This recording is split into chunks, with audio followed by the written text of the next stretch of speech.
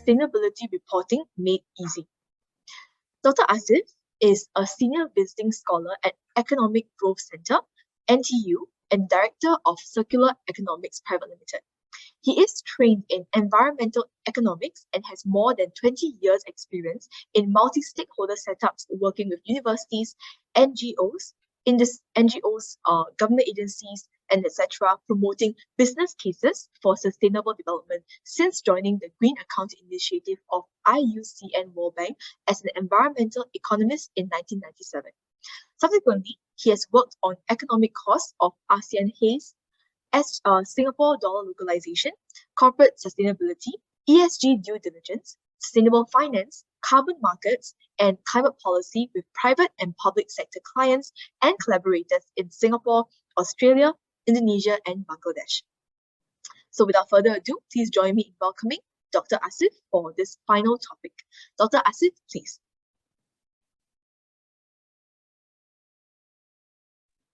Hello.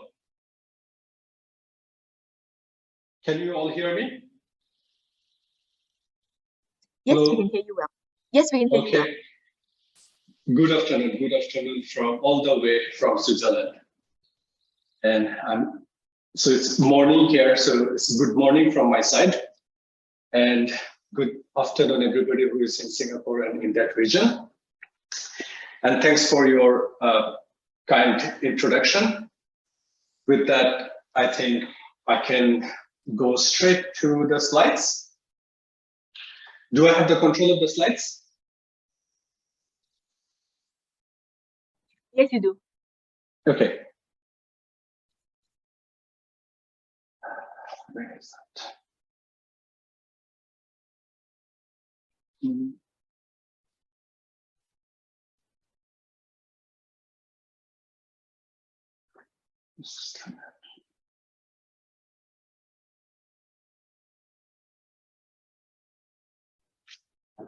Okay, that's probably my first slide with two pictures. And one actually, these two pictures I've taken last week in north of Italy. The left one, you can see the plus sign on the pharmacy showing the temperature of the day. When I was walking on the street, it was 47 degrees in Verona. And on the right side, when I was driving past around, there's a lake which is almost dried up. So you must have heard in Europe they're having a drought. So that's visible climate changes these days. I don't have to go too far from anywhere. You'll find one or the other example of climate change. So compared to 25 years ago, when I started working on the climate change environment, now people are no longer being climate deniers and the changes are very visible. So that's making many climate-related phenomena such as floods, droughts, forest fires, increasingly visible in Asia, Europe, North America, in different regions of the world, different geographical zones. And in a world where we are actually very well connected, businesses have value chains all over the world, all across different countries. These disruptions, these natural disruptions are actually causing disruption to business as usual. So climate is no longer an isolated environmental issue. It is affecting our life, it's affecting our business. And one of the areas is also affecting the food security, agriculture, and supply chain, which is going to affect all of our lives sooner or later. So business climates are definitely not unrelated to climate change anymore. We are pretty much aware of it. And it's so visible that, and the climate change has become such an important issue. We can no longer keep it aside and without dealing. So this risk, which I just have given example, is considered as the physical risk of climate change to businesses and the different value chain of the business. At the same time, these changes have been addressed by stakeholders, policymakers, regulators, innovators, and you can see various responses coming from the international community in the form of international agreements addressing the climate change, like COP26, or various regulatory requirements the government is imposing on the companies and businesses in relation to the climate change and sustainability reporting, etc.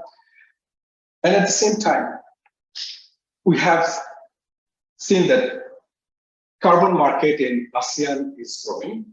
Singapore has introduced carbon tax in 2019, and this year it has been increased by 5 times. And it's a very strong signal to companies that the climate change and decarbonization must be taken seriously and dealt with, and the cost of climate change has to be borne by the contributors. So these regulatory changes, international agreements, governments involvement, stakeholder involvements, innovator coming up with the new technologies and ideas, and the stakeholders are becoming more active, whether you're a retail investor, institutional investor, whether you're a consumer, and other form of stakeholders to the businesses. They are demanding more of climate-related responses from the businesses, and that's exposing business to transitional risk. So you have a physical risk and the transitional risk that businesses have to look at, and this is no longer optional. They have to, if they want to survive in the new business climate and the emerging business climate. It's a reality. Europe has taken it quite seriously for quite some time, and they've made quite a bit of progress. And Asia is taking this seriously. Singapore is taking this seriously, and we are in this moment. We are calling it the climate emergencies, and it's important that we have to respond to it as quickly as possible. So my previous speakers have covered climate change, social capitals, SDGs, recycling, waste management, circular economy, various topics.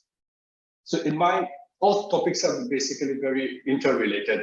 So I'm not going into detail of each of them. What's important is that sustainability is very holistic. We have social, environmental, and economic aspect of it. If we, for example, look at only the social issues in a business, the economic and environmental issues might suffer, and vice versa. Therefore, every other issue has to be taken seriously in a holistic and balanced way. So sustainability is based on system thinking. Sustainability is holistic, and in sustainability, we must take different elements of sustainability comprehensively together and make sure there is balance in it. And that's how the sustainability accounting and sustainability reporting frameworks has evolved over the last 25 years or so, since the publication of Cannibal Speed 4, introduction of the idea of triple bottom line, introduction of GRI in 1997, and so on. Sustainable reporting is an evolving discipline. It's still developing.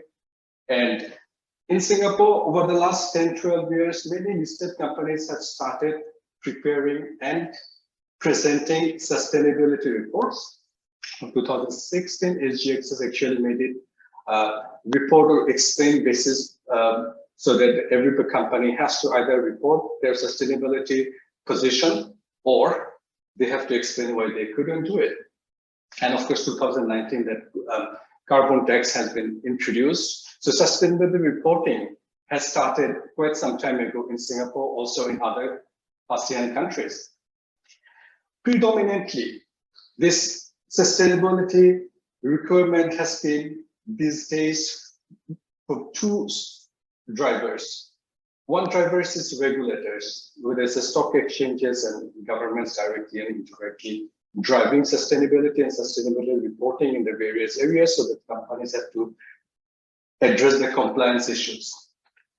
Another issue which has been also in rise in Asia, ASEAN, and Singapore is that institutional investors, also the retail investors, are actually requiring to look at the physical and the transitional risk of climate change and how the businesses are actually dealing with it. And it's no longer unrelated to the financial returns. So demand by the regulators and the investors are actually driving sustainability reporting and will be driving sustainability reporting more and more in future. And of course, there are demand by the other stakeholders, activists, social groups, and NGOs who would like to look after the environment and the social issues on various perspectives. So companies are doing sustainability reporting, and mainly the listed companies, but some of the SMEs are also looking at sustainability reporting and accounting issues because there are lots of opportunities arising from the technological and the transitional changes where SMEs can take these opportunities. Some of the self-motivated entrepreneurs also driving sustainability in their business units, in their companies, whether they're large or small. So sustainability reporting is pretty much there these days. Now, the question is, reporting is a next step. Before reporting, there is always accounting. We have to do the accounting properly before we should be able to report what we want to report. So that's one of the capacity gap remained in the market because there are many entities and individuals who are preparing and doing sustainability reporting actually do not have thorough expertise on sustainability accounting. That creates a lot of inconsistencies in sustainability reports across industries and sectors. So this is not an easy issue to address either because we need to give time to build this capacity, fill in these capacity gaps. The next thing is when you prepare the sustainability report, we have to look at what to report in this. And in that case, who we are preparing this report for, who are our main stakeholder audience. If the main stakeholder audience is regulator, that we are just making sure that we are doing a tick box in terms of compliance to make sure that you're on the right side of the regulation, that's one way you prepare your sustainability report. If you want to prepare it for other stakeholders, for investor relationship, marketing, branding, you prepare like a sustainability report, like a marketing document, try to create a corporate image and reputation through those reports. And if you want to prepare a sustainability report for investors or the potential investors, then it has to be a bit more technical and detailed because investors are a lot more vigilant about financial returns. That's as simple as that. If I'm an investor and I'm a value investor, of course, I would like to know that what are the climate risk or environmental risk or sustainability risks the companies where I'm investing is facing, whether they're managing it correctly, whether my money is safe there.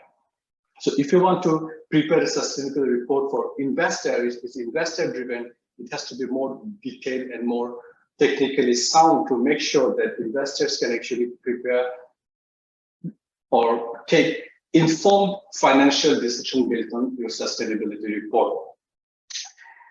The next thing, once you have targeted your target audience, you have to look at what matters to you, what we often call the materiality in reporting. It's as simple as what matters to your business internally, to internal stakeholders, management, your business models, within your value chain, and at the same time, what matters to your most important stakeholders and how you're actually going to list what is important to you and bring this important matters to the report. So that's an art of sustainability reporting, finding the right materiality. Now, reporting has to be based on proper analytical framework. One is you have to draw the boundaries. Where's your value chain? Which part of the value chain you're looking at? How you draw the boundaries, and look at the context of your business, which is your business context, stakeholder context, and at the same time you look at alternative scenarios where your business model could fit in terms of climate change, in terms of transitional risks, and you draw a boundary that this is a boundary I'll be covering within my report. The next thing, of course, you look at within these boundaries for what are the materiality you want to report and to which stakeholders, audiences, and then you basically review each of the areas and account for them, put their values or their presence, absence, whatever enumeration is required in that. And that requires various framework. Now, fortunately and unfortunately, there are quite a few international frameworks. Fortunate because there's a lot of work going on around the world, and quite a few international frameworks have been developed to prepare sustainability reports. Unfortunate is because sometimes investors and the reporters can be confused by which reporting standard, which particular framework to follow, or how these frameworks are aligned, whether you can take different elements of different framework. That can be another challenge. So this challenge has to be definitely faced based on what is your basic requirements in terms of maturity and stakeholder requirement. Now, there are quite a few frameworks are in use globally: IIRC, PCMT, GRI, GHG Protocol. All these frameworks have SASB. All these frameworks have their own advantages and disadvantages. All of them are actually prepared by experts in these areas, and they try to look at the gaps in different industries and sectors as well. In Singapore, also in ASEAN, in many countries over the last 10, 12 years, we have mostly been using Global Reporting Initiative, GRI framework. And with the introduction of the carbon tax, with the introduction of climate-related financial disclosure getting more importance with the investors, recently the TCFD framework is getting more preferred by the financial sectors and investors, which is a task force on climate-related financial disclosure and their recommendations. And at the same time, some of the companies with the introduction of the carbon tax doing carbon accounting using the GHG Protocol. So there are different frameworks are in place. In ASEAN, I would say these are the three major frameworks which are being used: the SASB, IIRC, not so much by the companies. Now, looking at this framework, I think many companies are already doing GRI. GRI Standard is very stakeholder-driven approach. It's relatively simple. It comes in a modular framework, the recent versions, since 2016, and they come with the topic-specific standards, which help companies to look at the universal standards and then what industry classification they fall into, and then look into those topic-specific standards to look at what is important, what matters to their business. So for starting, GRI framework is actually quite good. GRI framework has a lot of advantage in terms of it covers a very wide range of variables around products, value chain, about social issues, governance issues,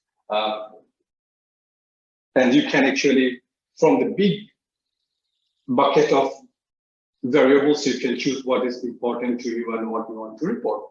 So many companies have been doing GRI reporting or preparing the sustainability reports using GRI for many years in Singapore.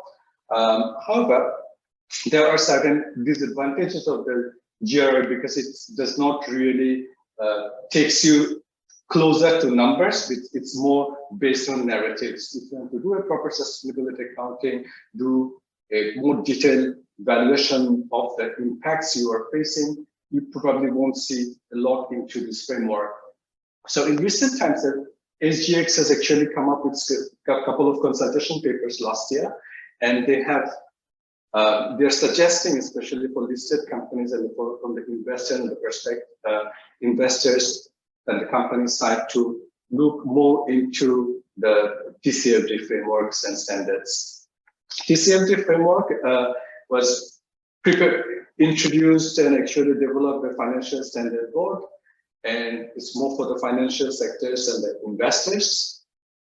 And it wants a lot more detail of how different scenarios of the climate is going to impact different parts of your value chain of your business, how you are managing it, what sort of measures you are taking, and what sort of financial risk you're exposed to, so that investors can make a more informed decision about their businesses. But this framework is more focused on carbon and decarbonization, and it's looking at both physical and the transitional risk, which I gave an example at the beginning. And at the same time, it is looking at some of the key areas of the company. We all know that if the top management and the leadership of the company, CEOs or the board, do not take sustainability seriously, the rest will not. So definitely governance and the strategy of the company, driven by the senior management, have to take the standards seriously enough and work on it, and then work on the risk management and develop the relevant metrics and targets to measure and manage those risks. So there is a lot of numeration involved in this framework, so that investors can actually use these frameworks for investment decisions. The next is getting very popular in various places because of the carbon tax. Companies are looking at how much carbon tax burden I might have, and if I manage it, how it is going to be reduced. There is a bit of cost-benefit analysis involved here.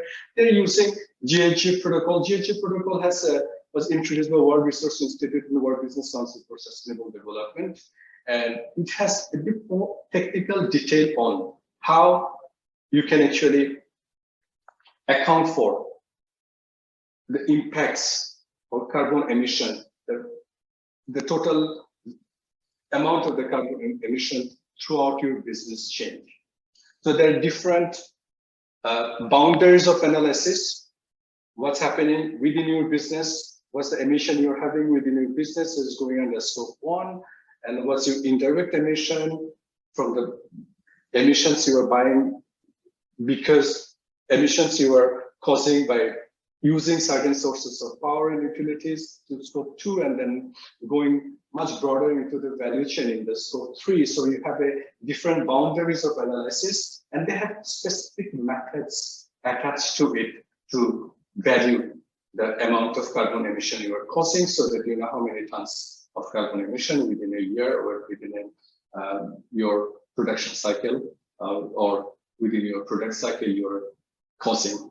So that's a more number-driven approach. And the good thing is that this GHG protocol can actually be incorporated within the structure of the TCFD. And the TCFD can also be blended into the GRI. So if your company is actually working on GRI, which is fine, you can still be can use the GRI framework, take the variables and the parameters within the framework and develop your maturity context, scenario analysis, boundaries, etc. And at the same time, you can take TCFD to look at more to detail into the climate-related financial disclosure, getting a bit more technical, giving a bit more accurate and measurable information to the investors. And then within that, you can also use GHG protocol, giving the more accurate measure of how much emission your business is causing. So these three frameworks actually can be very well combined to create a ESG metrics. So there is no standard ESG metrics. There are different ESG metrics created by the different companies. There's a lot of capacity gap here again, because ESG is a very ESG metrics is a very technical thing, and you really need to go into the technicalities of each of them and to look at what sort of risks you are exposed to, what sort of opportunities you can avail. So to be very brief, I can say that ESG is basically an investor-driven movement that's started many years ago, but the term ESG was born around 2005-06 when UNEP Financial Institute introduced it as an environmental and social and governance risk associated with business. And this environmental and the social risk of doing business, the governance risk of doing business, each of them are in a way identifiable and measurable. If they are not identifiable and measurable, then it's almost difficult to manage. So the next thing is that businesses also, this is something that's very related to the business. And another one, which is I would not touch up here, which is from macroeconomic policy, the governments are also preparing the UN, based on the UN SDG, they're doing SDG reporting. The companies can also align their sustainability reports to the UN SDGs.